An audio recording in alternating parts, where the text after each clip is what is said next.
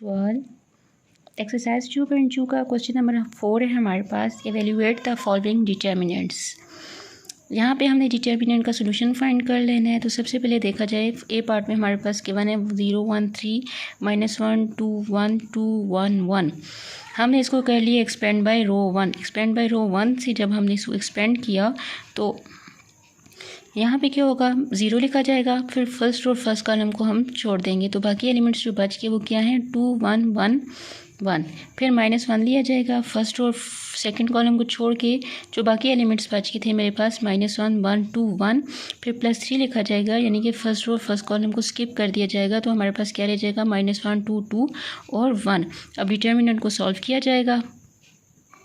जब मैंने डिटर्मिनेंट को सॉल्व किया तो मेरे पास आ गया है सोल्यूशन के बाद 0 × 2 × 1 -1 × 1 ब्रैकेट क्लोज। फिर -1 × 1 -1 × 1 -2 × 1 ब्रैकेट क्लोज कर दी गई। फिर +3 को मल्टीप्लाई किया गया -1 × 1 -2 × 2। हमारे पास क्या आ गया 0 × 1 -1 × -3 +3 × -5 0 + 3 -15 आंसर इज -12। अब हमारे पास पार्ट बी है इसका।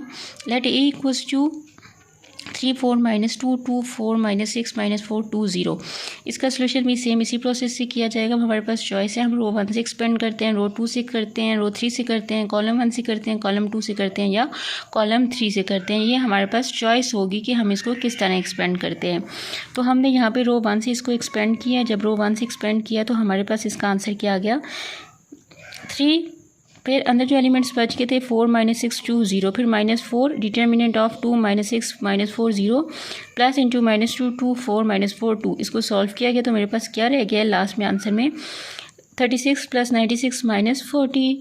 जब इनको सबको ऐड किया 36 + 96, इसका आंसर में से 40 को माइनस किया तो हमारे पास आंसर रह गया 92। ये है हमारे पास डिटर्मिनेंट ऑफ ए का आंसर। अब इसके पार्ट थर्ड को देखा जाए तो पार्ट थर्ड को भी हमने सेम इसी प्रोसेस के साथ सॉल्व किया है। हमने इसको एक्सपेंड बाय रो 1 कर लिया, ठीक है। एक्सपेंड बाय रो 1 से करने के बाद हमने देखा कि हमारे पास कुछ ये फॉर्म बन रही है। जब इसको सिम्प्लीफाइड फॉर्म में लिखा तो हमारे पास यहाँ पे थर्ड लास्ट स्टेप देखा जाए 3 × 3 -1 × -6 + 2 × 3 3 × 3 9 -+ 1 = 6 हो जाएगा, +2 3 = 6 9 + 6 + 6 आंसर इज 21। फोर्थ पार्ट में हमारे पास 2 1 -3 1 -1 0 -2 3 4। अब इसको कैसे सॉल्व किया जाएगा। एक्सपेंड बाय रो 1 हमने कर लिया है। एक्सपेंड बाय रो 1 से करने के बाद हमने देखा कि हमारे पास कुछ सिंपल फॉर्म इस तरह से बन रही है। थर्ड लास्ट स्टेप को देखा जाए 2 × 4 - 0 -1 × 4 - 0 -3 × 3 + 2 2 को 4 से मल्टीप्लाई किया 8 -1 को 4 से मल्टीप्लाई किया -4 3 × 3 + 2 5 5 3 = 15 और बाय माइनस साइन था तो -15 आ गया। इसको सॉल्व किया तो हमारे पास डिटरमिनेंट आंसर क्या आ गया -11। अब क्वेश्चन नंबर 5 देखा जाए तो हमारे पास क्या है, show that ABC LMN XYZ is equals to ALX BMY CNZ। हमने लेफ्ट हैंड साइड ले लेनी है। हमने ये बताना है कि लेफ्ट हैंड साइड जो है वो राइट हैंड साइड की इक्वल है। तो सबसे पहले हमने लेफ्ट हैंड साइड ले ली। लेफ्ट हैंड साइड लेने के बाद हमने इसका ट्रांसपोज लिया। ट्रांसपोज में जो रोज़ थी वो कॉलम्स में कन्वर्ट होगी। तो हमारे पास आंसर किसकी इक्वल आ गया है, राइट हैंड साइड के। अब हमारे पास पार्ट बी है ABC 1 - 3A 2 - 3B 3 - 3C 4 5 6 is equals to ABC 1 2 3 4 5 6।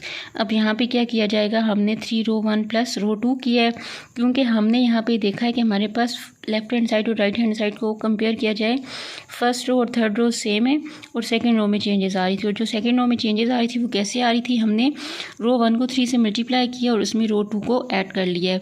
तो जब हमने इसमें रो 2 को ऐड किया, यहाँ पे देखा जाए 3A 3 × A + 1 - 3A cancel, 3A से कैंसिल होकर आंसर 1 बच गया। 3 × B + 2 - 3B 3B से कैंसिल होकर आंसर 2 आ गया। 3C + 3 - 3C 3C से कैंसिल होकर आंसर क्या आ गया हमारे पास 3। तो left hand side is equals to right hand side. इसका थर्ड पार्ट है, फर्स्ट रो में है 1 1 1, सेकेंड रो है हमारे पास ABC और थर्ड रो है हमारे पास B + C C + A A + B = 0। अब हमारे पास ये देखा जाएगा कि ये हमारे पास ज़ीरो कैसे है। हमने पहले प्रॉपर्टी पढ़ी थी जहाँ पे हमारे पास ये मेंशन था कि अगर दो रोज़ जो हैं वो आइडेंटिकल हो जाती हैं तो हमारे पास डिटर्मिनेंट का आंसर क्या आ जाता है, ज़ीरो आ जाता है। तो हमने यहाँ पे फर्स्ट और थर्ड रो को क्या बना लेना है, आइडेंटिकल बना लेना है। तो यहाँ पे देखा जाए ये हमारे पास आइडेंटिकल कैसे बनते हैं। हमने कर लिया रो 2 प्लस रो 3। जब रो 2 और रो 3 को हमने प्लस किया तो क्या आ गया, ए प्लस बी प्लस सी। ठीक है, अब रो 3 में से हमने ए प्लस बी प्लस सी कॉमन ले लिया। जब कॉमन लिया तो हमारे पास क्या देखा गया है कि फर्स्ट रो और थर्ड रो सेम हो गई है। जब फर्स्ट और थर्ड रो सेम हो गया तो डिटर्मिनेंट का आंसर क्या आ जाता है, ज़ीरो आ जाता है। ए प्लस बी प्लस सी को ज़ीरो से मल्टीप्लाई किया तो आंसर क्या आ गया, ज़ीरो। पार्ट 4 में देखा जाए तो हमने लेफ्ट हैंड साइड को राइट हैंड साइड की इक्वल लेके आना है। सेकंड और थर्ड रो को देखा जाए राइट हैंड साइड पे ए square b square c square और थर्ड रो है ए cube B cube C cube. जबकि लेफ्ट हैंड साइड में सेकंड रो है ए बी सी और थर्ड रो है ए square b square c square. Left hand side लेते हैं और हम क्या करते हैं, ए बी सी के साथ मल्टीप्लाई भी कर लेते हैं और डिवाइड भी कर लेते हैं। हम यहाँ पे हमने मल्टीप्लाई और डिवाइड करने के बाद क्या किया है, C1 को इंट्रोड्यूस करवा लिया ए के साथ, C2 को बी के साथ और C3 को सी के साथ। यानी कि कॉलम 1 को हमने ए से मल्टीप्लाई कर लिया, कॉलम बी को कॉलम 2 को हमने बी से मल्टीप्लाई कर लिया और कॉलम 3 को हमने सी से मल्टीप्लाई कर लिया। तीनों से मल्टीप्लाई करने के बाद हमने क्या किया, taking A B C common from row 1। Row 1 में से हमने ए बी सी को बाहर ले लिया। जब ए बी सी को हमने बाहर ले लिया तो हमारे पास कुछ ये फॉर्म बन गई है, 1 1 1 ए square b square c square ए cube B cube C cube. और ए बी सी से यहाँ पे कैंसिल हो जाएंगे तो हमारे पास क्या बच जाएगी, right hand side. Question number 6 है हमारे पास, प्रूव डैट। हमने लेफ्ट हैंड साइड को राइट हैंड साइड के इक्वल लेके आना है। फर्स्ट पार्ट में देखा जाए तो डिटर्मिनेंट के अंदर क्या लिखा हुआ है, ए minus b, B minus C, C minus A, B minus C minus a minus b और थर्ड रो है सी minus a minus B minus C. Left hand side ले ली। अब लेफ्ट हैंड साइड लेने के बाद हमने क्या किया है, C1 को C2 को और C3 को ऐड कर लिया, यानी कि तीनों कॉलम्स को हमने ऐड कर लिया।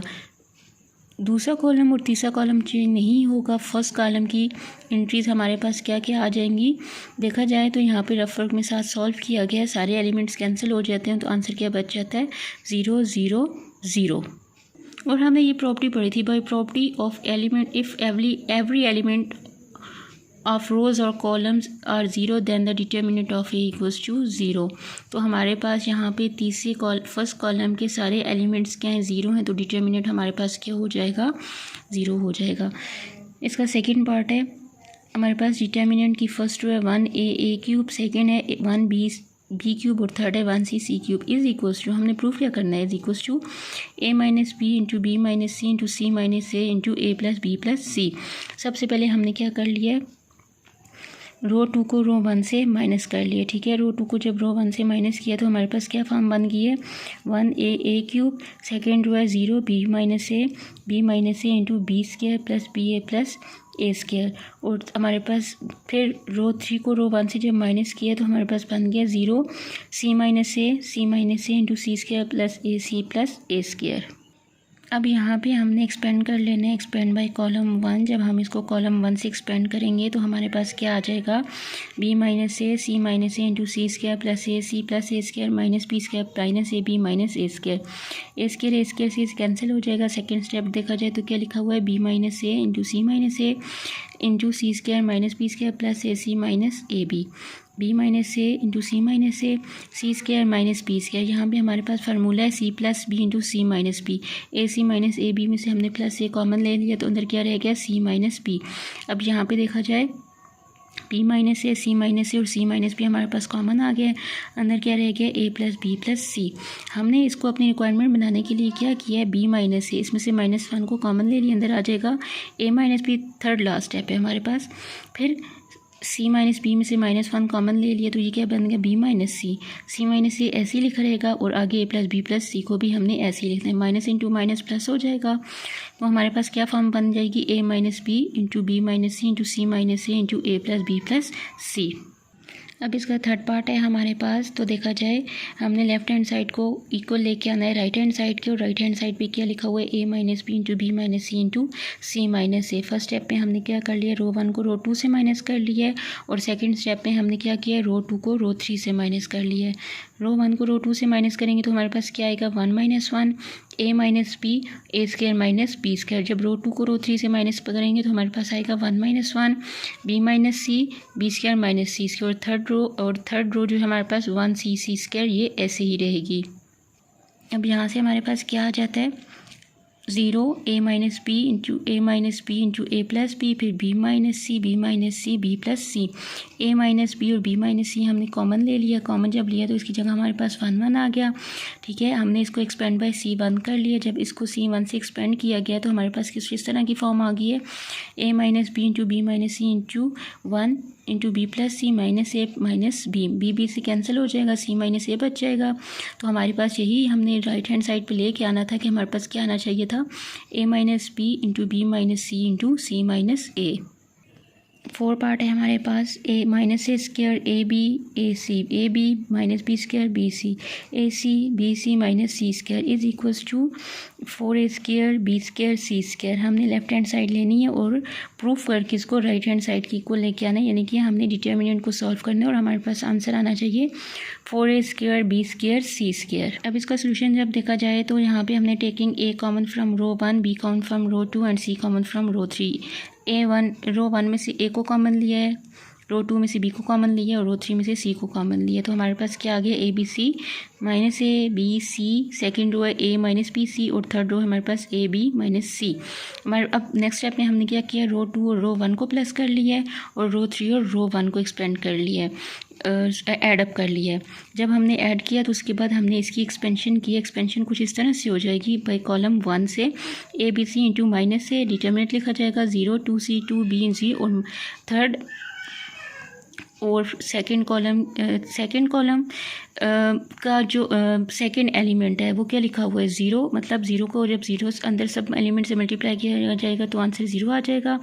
और हमारे पास इसका थर्ड एंट्री क्या थी, वो भी 0 थी और 0 को सबसे मल्टीप्लाई किया जाएगा तो आंसर 0 आ जाएगा। तो मेरे पास कुछ इस तरह की फॉर्म बन जाएगी, A B C into 4ABC। 4 बाहर आ जाएगा, ए को सी की मल्टीप्लाई किया स्क्वायर, बी को बी से मल्टीप्लाई किया बी स्क्वायर और सी को सी से मल्टीप्लाई किया तो सी स्क्वायर।